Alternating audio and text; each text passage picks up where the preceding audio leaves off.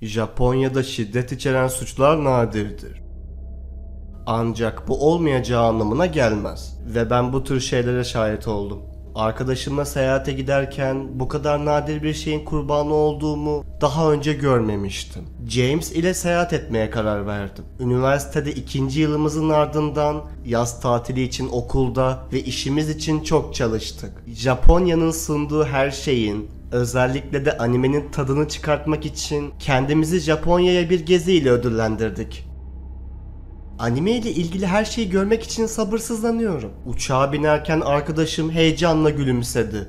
Otantik tarihi eserler ve buharda pişmiş çörekler için sabırsızlanıyorum. Her erişte yemeğini istiyorum. Resmen ellerimle yerim onu. James'in salyaları aktı. Uçuşu sahip olacağımız her şeyi konuşarak geçirdik. Planladığımız yemek, istediğimiz anime şovlarını konuştuk. Cadılar Bayramı gecesinde en sevdiğimiz anime karakteri gibi giyinecektik. Ve diğer hayranlarla etkileşime gireceğimiz bir etkinlik vardı. Seslendirme sanatçıları da orada olacaktı. Ardından James ile Japonya'ya vardım. Japonya'da ilk haftamızı sıcak seik ve geleneksel yemekleri yiyerek geçirdik.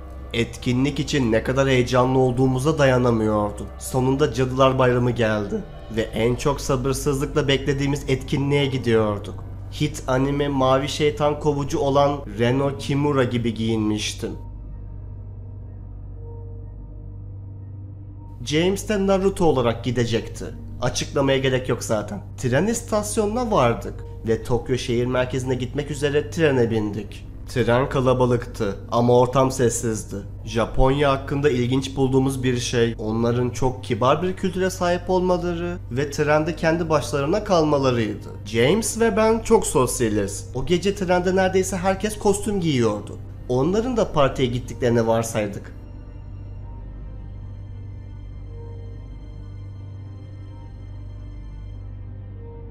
Ve gittiğimiz etkinlikte bir çift vardı. Denizci Ay ve Denizci Mars gibi giyinmiş kızlar bize gülümsediler. İyi akşamlar hanımlar. James onlara göz kırptı. Denizci Ay da bana çapkın bir gülümseme gönderdi. Güzel kostümler. Bu akşam da buluşup selamlaşacak mısınız? Kahretsin, evet, Naruto'yu seviyorum. Denizci Mars yüzünde salak bir gülümseme olan James'e kirpik kırıştırırken şöyle dedim. Bu James, sizin adınız ne? Ben Yuki. Bu da Renko. Kızlarla bir süre sohbet ettik. Saat 10 sıralarında Kokurya yakınındaki bir tren istasyonunda durduk. Bir adam, ünlü aktör Joaquin Phoenix'in canlandırdığı Joker gibi giyinerek trene bindi. Yeşil takımına kadar her şeyi vardı. Yeşil gömlek, turuncu yelek, kırmızı ceket ve pantolon giyiyordu. Kırmızı ağzı geniş bir gülümsemeyle boyanmış, gözlerinin etrafı mavi boyayla boyanmış, solgun beyaz bir yüzü vardı. Ahbap, güzel kostüm. Harika görünüyorsun. Adam bize sadece öyle baktı. Ve oturdu. Dostum, bu çok tuhaftı. Evet. Merak ediyorum. Acaba bizden neden hoşlanmadı? Hadi gidip onunla konuşalım. Kızlar ayağa kalktı ve Joker kostümlü adamın yanına gitti. Adam ilgilenmiyor gibi görünüyordu ama kızlar ısrar etti. Biz de omuz silktik ve sessiz yolculuğun tadını çıkartmaya devam ettik. Gerçi şakacı Joker herkese bakıyordu. Biz de onun iyi bir niyeti olmadığı konusunda kötü bir hisse kapılmaya başladık. Belki de alkollü olduğunu düşündük. O yüzden o adamı görmezden gelmeye karar verdik. Yakında varacağız, dedim. James rahatlayarak iç çekti. Şakacı adam beni korkutmaya başlıyor. Belki de o kızlarla ilgileniyordur. Dostum, bu sadece bir kostüm, dedim ve başımı salladım. Durağımıza birkaç dakika kalmıştı. James'le beraber trenin yavaşlamasını bekliyordum ki o anda aniden insanların kaçmaya başladığını gördük. O kızların bağırdıklarını duyduk. Arkamızı döndük ve Joker kostümlü adamın bir bıçak çıkardığını gördük. Adam etrafındaki herkesi bıçaklıyordu. O iki anime kostümlü kızı da öldürmüştü. Vücutlarından kan akıyordu. Saniyeler içinde çok panikledik ve insanlar kafası kesilmiş tavuklar gibi çığlık atarak koşuyorlardı.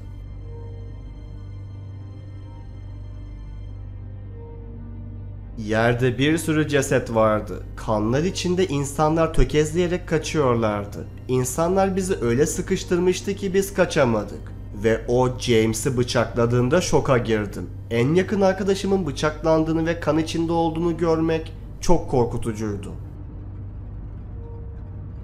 Havaalanında oturduğumuz sırada en yakın arkadaşımın acı içinde iki büklüm olmasını ve yan tarafından kan fışkırmasını izlerken telefonumu çıkardım. Ve trendeki bu Joker kostümlü adam hakkında bazı bilgilere ulaştım. Bu adam 2019'da vizyona girdiğinden beri Joker filmine takıntılı olan Kaido adında Japon bir adam. Onun gibi giyiniyor. O geceye kadar hiçbir gerçek suç işlememişti. The Joker filmindeki bir sahnede Joker'in birçok insanı öldürdüğü bir sahne vardı ve tam da bunu yapmaya kararlıydı. Hatta ona idam cezası verilmesini umuyordu.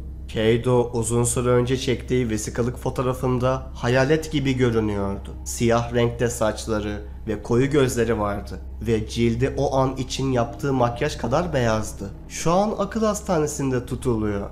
Ama James ve ben o adam parmaklıklar ardına gelene kadar oraya geri dönmeyi reddettik.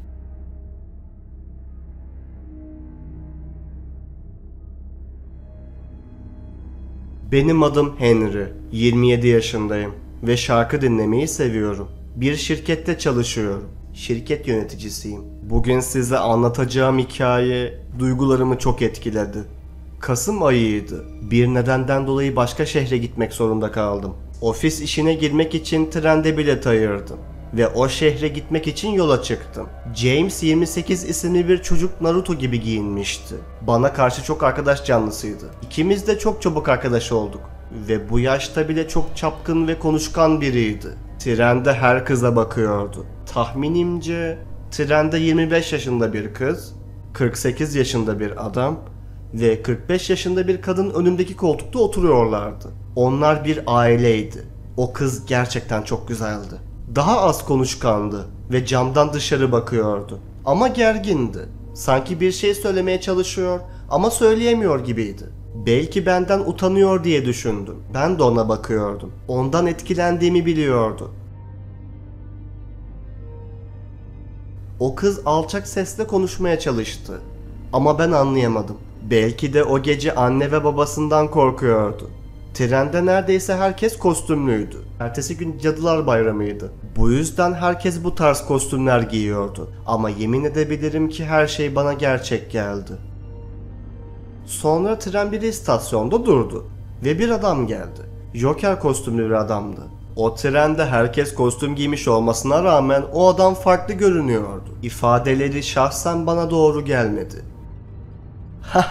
Sana benzemiyor mu? Ha ha ha. Komik olduğunu biliyorum ama o palyaço hakkında garip bir şeyler hissettim. Karşımdaki kız da hala sessizce oturuyordu. Bir an bana baktı ve yüzünü tekrar pencereye çevirdi. Dikkatini çekmek için durdum. Ve yine bana baktı. Ona gülümsedim. Beni biraz görmezden geldi ama birkaç dakika sonra yine bana baktı. Yine gülümsedim ve çok mutlu oldum. Aslında 2 yıldır bekardım. Bu yüzden bağlanmak istedim. Onun numarasını alacağımı düşündüm. İşte o anda aklıma bir fikir geldi. Trenin kapısına kadar oradan uzaklaştım. Bir süre sonra o da yanıma geldi.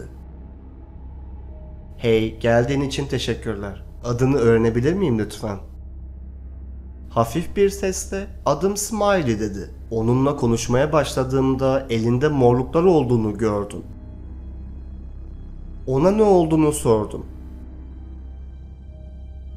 Ne olduğunu anlattı. Ben sabah kahvaltısı yaparken elime sıcak çay döküldü. Neden bu kadar sessizsin? Neden ailenle konuşmuyorsun? Onlar benim ailem değil. Amcam ve teyzem diye cevap verdi.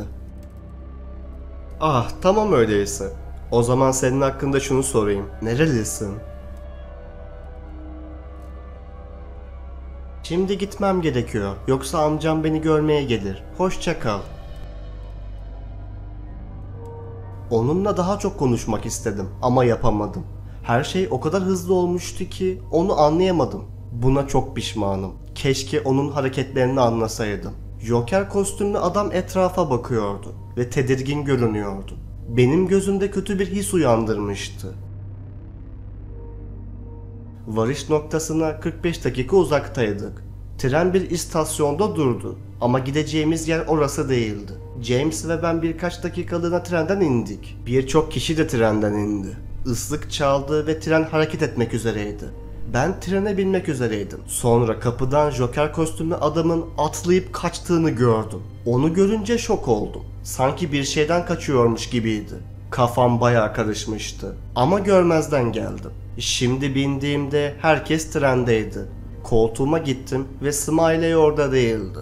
Endişelenmiştim ama amcası ve teyzesi oradaydı. James'e sordum. Burada amcası ve teyzesiyle oturan bir kız gördün mü? Bir süre önce burada oturuyordu. Hayır dostum, nerede olduğunu bilmiyorum. Belki tuvalettedir diye düşündüm. 10 dakika sonra gelmesini bekledim. O gelmedi. Tuvaletin oraya gittim ve insanlar tuvalete girip çıkıyordu. O orada değildi. 2 tuvalet vardı. Birisi dışarıdan kapalıydı. Onu beklemem gerektiğini düşündüm. Belki tuvalettedir diye. Ama uzun süre bekledikten sonra bile çıkmadı. O zamanlar endişem sınır tanımıyordu. Onun için endişeleniyordum. Ve sürekli o Joker kostümlü adamı düşünüyordum. Huzursuzdum. Amcasının yanına gidip Smiley nerede diye sordum. Sen kimsin kızımı soruyorsun? Öfkeyle bağırdı. Benim hakkımda yanlış düşünme lütfen. O benim arkadaşım. Nerede o? Bilmiyorum. Buralarda olmalı. Ya da tuvalette. İkisi de dikkatsiz görünüyordu. Dikkat etmediler bile. Sonra o kapalı tuvaletin kapısını açan yaşlı bir kadının yüksek sesli çığlığı duyuldu.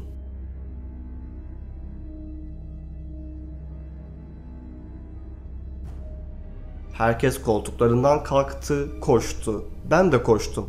Ve Smiley'in o tuvalette öldürüldüğünü gördüm. Feci şekilde öldürülmüştü. Biri onu birçok kez bıçaklamıştı. Her yerde kan vardı. Gözyaşlarıma hakim olamadım. Bu nasıl bir his, yaşamadan bilemezsiniz. O çok iyi bir kızdı. Biri ona bunu nasıl yapabilirdi? Vahşice öldürüldü. Sanki birisi onun hayatının kurtulamayacağı niyetiyle öldürmüş gibi. Hemen polisi aradım. Merhaba efendim. Joker kostümlü bir adam trende bir kızı öldürdü ve son istasyondan kaçtı. Katilin o olduğunu biliyordum. Smiley'nin amcası ve teyzesi de gelip ağlamaya başladılar. Kızıma bunu kim yaptı? Amcası beni yakamdan tuttu. Sen onu öldürdün. Neden bunu yaptın? Sana ne yaptı? Ben katil değilim. Onu Joker kostümlü adam öldürdü. İndiğimizde polisler geldi ve cesedi otopsi raporu için aldılar. Polislere onun benim arkadaşım olduğunu söyledim. Siz Smiley'in katilini bulana kadar şehirde kalacağım. Tamam, sizinle iletişime geçeceğiz. Yardımınıza ihtiyacımız var. Bir otel odasındaydım ve Smiley için ağlıyordum. Onu özlüyordum. Ertesi gün polisten bir telefon aldım. Karakola gittim. Smiley'in amcası da orada oturuyordu. Hey, hoş geldiniz. Bugün ikinizi de buraya çağırdım. Çünkü katili buldum. Çok teşekkürler. Nerede o Joker? Onu öldüreceğim. Polis memuru çekmecesini açıp cep telefonu çıkardı. Bunun ne olduğunu biliyor musunuz dedi. İkimiz de kafamızı salladık. Katilin bir kanıtıdır. Daha sonra bize bir ses kaydı dinletti. Amca lütfen, ölmek istemiyorum. Maldan pay istemiyorum. Lütfen beni bırak. Lütfen beni bırak da gideyim. Smiley'nin sesiydi.